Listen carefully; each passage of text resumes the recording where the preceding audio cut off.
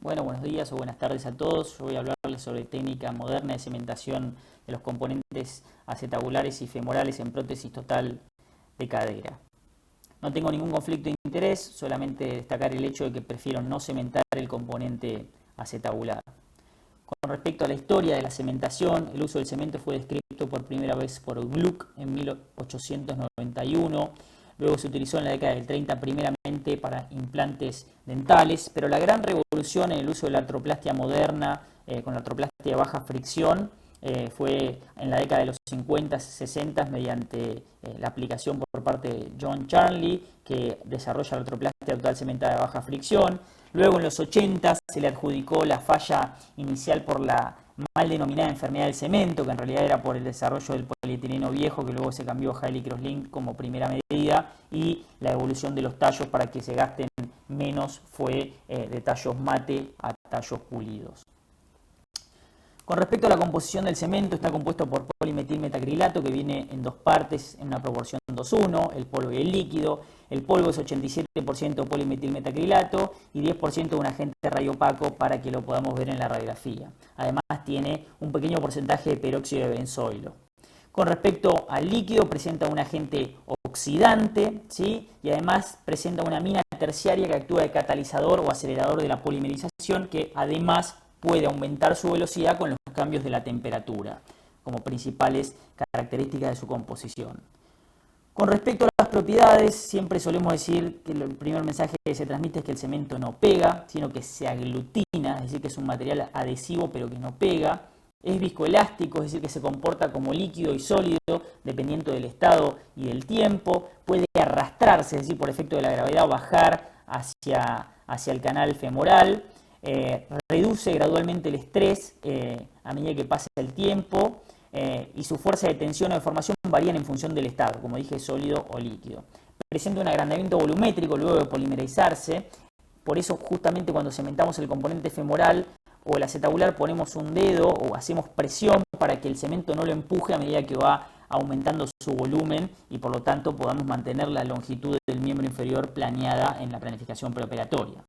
Y obviamente la temperatura, a medida que aumenta por encima de la temperatura ambiente, aumenta la velocidad de fraguado porque se transforma más monómero de cemento en polímero. Existen otros métodos de fijación, no solamente el cementado, ¿sí? El cemento obviamente actúa como un adhesivo o un aglutinador entre generando dos interfaces, la interfase hueso-cemento y la interfase cemento-metal.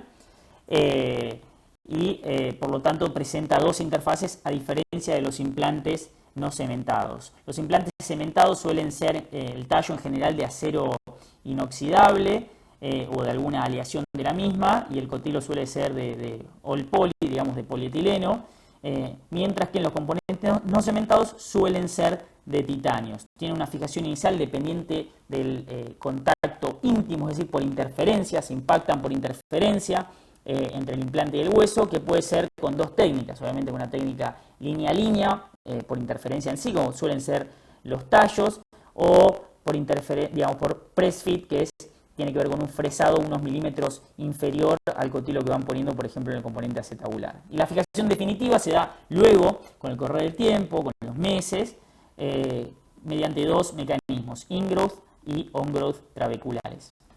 Acá tiene un ejemplo de un tallo de cubierta porosa proximal, donde la carga mecánica se transmite a la metáfisis y de allí a la diáfisis proximal. Tiene una carga proximal más fisiológica y estos tallos son, como el que ven ahí, cuñas que se fijan solamente en el frente, tienen más fijación medio-lateral. Existen otros componentes femorales que tienen, por ejemplo, una fijación distal, donde la carga mecánica va y pasea al fémur proximal, por ejemplo, en este caso que tenía una infección y se hizo una revisión en un tiempo con un tallo no cementado de fijación distal. Y en este caso cementé el cotilo porque tenía una lesión del aparato abductor, pero como ven, si algo se fija bien abajo, a la larga puede producir stress shielding a nivel proximal.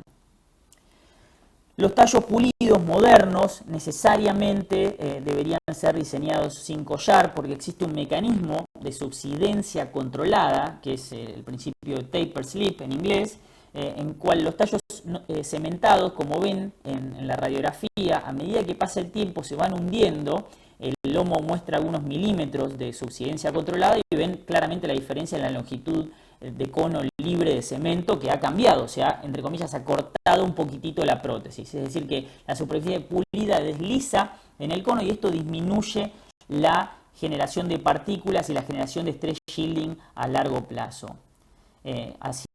Aquí pueden ver la imagen de cómo con el correr del tiempo un tallo pulido puede hacer esto, pero un tallo mate o un tallo poroso como el que está ahí a la izquierda no tiene esa capacidad porque no puede deslizar al no ser pulido.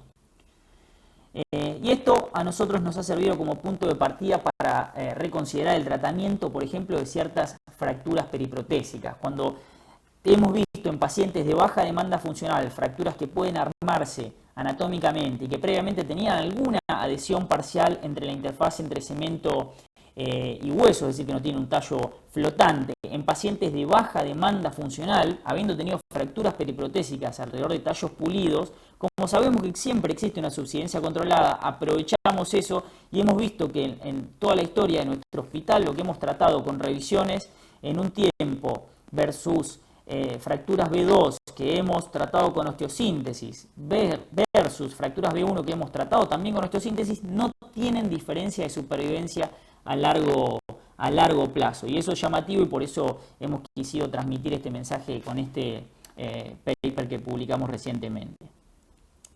¿Cuáles son mis indicaciones para indicar cemento, uso de cemento en prótesis de cadera? Bueno, cuando tenemos un fémur dorsé, digamos con un canal muy ancho, es decir que las corticales son muy finitas. La edad, sobre todo lo prefiero en mujeres mayores de 75 años, me apoyo mucho en la información publicada en los registros, porque son registros que tienen muchos pacientes, por ejemplo 70.000 pacientes, donde las mujeres de 75 años, como ven ahí en la curva de supervivencia a la derecha, tienen una supervivencia mucho menor que las mujeres más jóvenes. Los varones suelen tener menos incidencia de fractura periprotésica.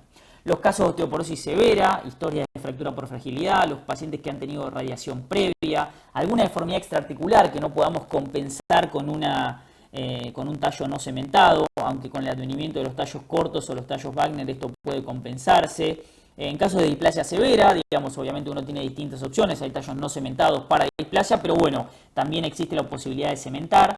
Y en el cotilo, o bien cuando hay antecedentes de infección previa, ¿sí?, en otra parte del cuerpo, o una artritis séptica previa local, donde uno puede utilizar una fijación cementada para tener justamente cemento. Y en el cotilo prefiero cementar la copa cuando utilizo componentes de doble movilidad, por ejemplo.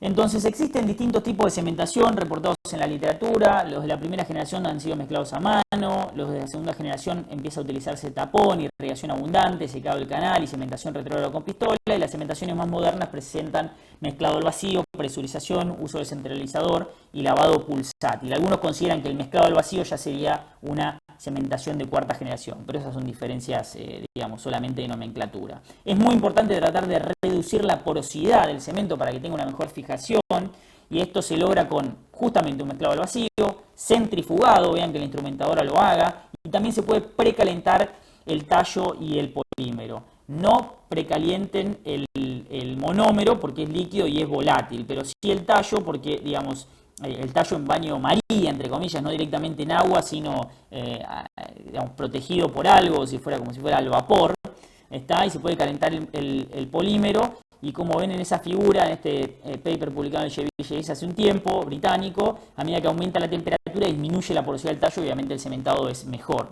barra A.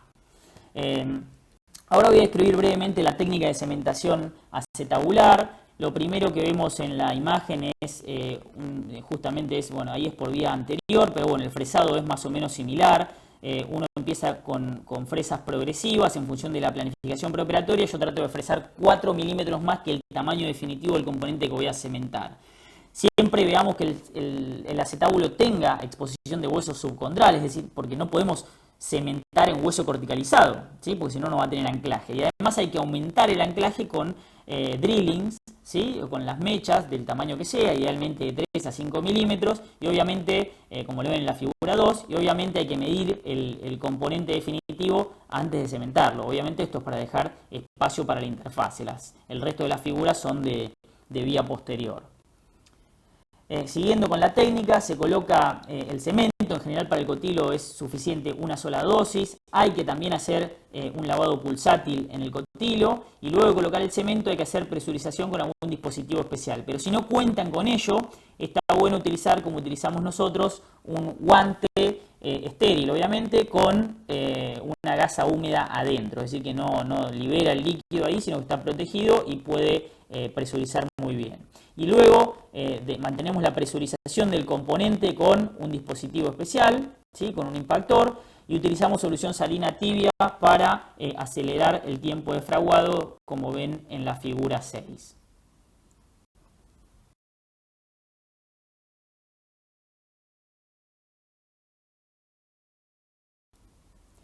Con respecto a la técnica de cementación femoral, no, digamos, el inicio y la apertura del canal endomedular, luego hacer el corte del cuello son muy similares a los componentes no cementados, se trabaja con raspas progresivas, pero lo más importante a considerar es que en cada paso, luego de cada paso de colocación de raspas, de colocación del tapón, de irrigación, siempre está bueno aspirar para disminuir el riesgo de trombosis, ya que la posición de la pierna y la cirugía de cadera en sí son pro-trombogénicas o protrombóticas. Siguiendo con la descripción de la técnica, está descrito cepillar el canal para limpiar todo el debris del canal endomedular, del hueso medular y de la grasa endomedular para que la interfase cemento-hueso sea lo más limpia posible. Es muy importante, como muestra la figura 6, colocar un tapón para que el tapón, digamos, mantenga la presión del cementado y la cementación retrógrada con pistola sea lo más homogénea posible. El tapón tienen que medirlo previamente con la última raspa que han elegido como tallo definitivo y como ven ahí siempre logramos irrigar. Antes de la colocación del implante femoral cementado, históricamente utilizábamos heparina para disminuir el riesgo de embolia o de lo que los americanos llaman BCIS, que es Bone Cement Implantation Syndrome, que es, digamos, alguna alteración de la presión arterial o de del oxímetro de pulso en el momento del cementado, por la liberación de algunas partículas y la digamos, activación del sistema de complemento que puede generarlo. Pero hemos visto que la heparina no lo cambia, sinceramente, en todas las fracturas y en todas las cirugías selectivas, lo hemos publicado y a partir de ahí hemos dejado de utilizar heparina endovenosa al momento del cementado. Hay que irrigar mucho con suero frío para que el canal esté lo más limpio posible. Y luego, continuando con la técnica de cementación femoral, hacemos una cementación retrógrada con pistola. Luego presurizamos con un presurizador especial, como pueden ver ahí, o si no se puede presurizar con una gasa. Y luego de insertar el tallo, utilizamos suero tibio para favorecer la velocidad de fraguado y también para irnos a casa un poco más temprano. Yo suelo utilizar, a medida que voy bajando el tallo, una cabeza femoral y una regla, que la pongo desde el trocánter menor hasta el centro de rotación y con eso mido la longitud de la prótesis hasta lo que he planificado previamente para ese paciente, porque digamos, obviamente no todos tienen el mismo nivel del corte de cuello que todos los pacientes.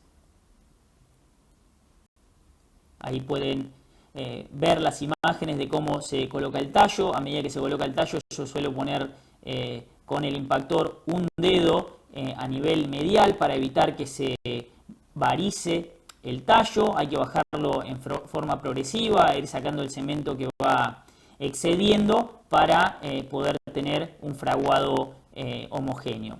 Y finalmente siempre utilizo un poco de cemento en el hombro de la prótesis, siempre cementar el hombro, guardar un pedazo de cemento que vaya al hombro, como ven en la figura 11. Muchas veces hemos visto algún paciente que, digamos, por desgracia puede tener una luxación y la fuerza que hacemos para reducirlo, he visto algunas veces que sea muy raras, pero que se ha desguantado el tallo, porque obviamente son pulidos. Entonces está bueno siempre cementar el hombro.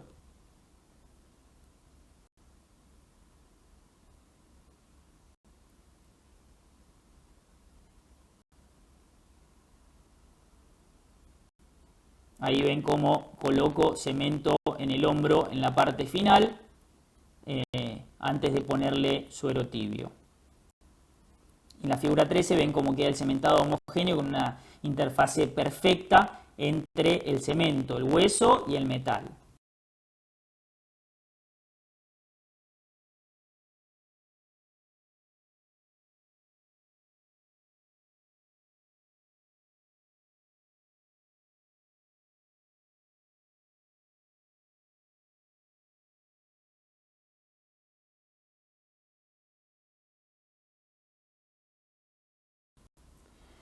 Si nos vamos a la supervivencia articular de los reemplazos cementados o no cementados y sobre todo los tallos, todos los pacientes nos preguntan a veces cuánto dura una prótesis total de cadera y por qué en pacientes jóvenes elegimos determinados implantes y en pacientes ancianos elegimos otros, pero la verdad que los registros marcan que no hay una diferencia sustancial entre la supervivencia entre tallos no cementados y cementados. La mayoría de los reemplazos, o el 65-70% de los reemplazos en esta información de registros modernos, digamos, duran alrededor del 80% a 25 años. Y si ustedes ven ahí, uno de los mejores performances o las mejores performances de reemplazos es con el tallo pulido Exeter con un cotilo no cementado, es decir, una híbrida con un tallo cementado. Y eso, digamos, un poco va en contra de esta paradoja del no cementado, que a veces uno suele indicar tallos no cementados sin tener básicamente una justificación fuerte de la literatura. Finalmente, como mensajes para llevar a casa, creo que la mejor indicación de un implante cementado debe realizarse caso a caso. Yo tengo mis propias indicaciones, es muy importante tratar de evitar fracturas periprotésicas intraoperatorias cuando forzamos el uso de tallos no cementados, por ejemplo en pacientes con osteoporosis, en pacientes con fractura de cadera o en pacientes muy ancianos y con huesos previamente irradiados. Cuando cementamos es muy importante tratar de utilizar un cementado de tercera o cuarta generación, hay que utilizar tapón, centralizador y hay que presurizar con sistemas especiales o a lo mejor, digamos, con el dedo, digamos, hecho a mano, pero hay que hacerlo. Hay que lavar mucho el canal, hay que hacer un lavado pulsátil, ya sea con pistola o bien con suero fisiológico a presión. Es muy importante la preparación al vacío del cemento para evitar los poros y recomiendo fervientemente precalentar el tallo para aumentar la velocidad de fraguado y disminuir el tiempo quirúrgico. Y por último, como dije hace un ratito, no existen diferencias categóricas en supervivencia entre tallos cementados y no cementados. Muchas gracias.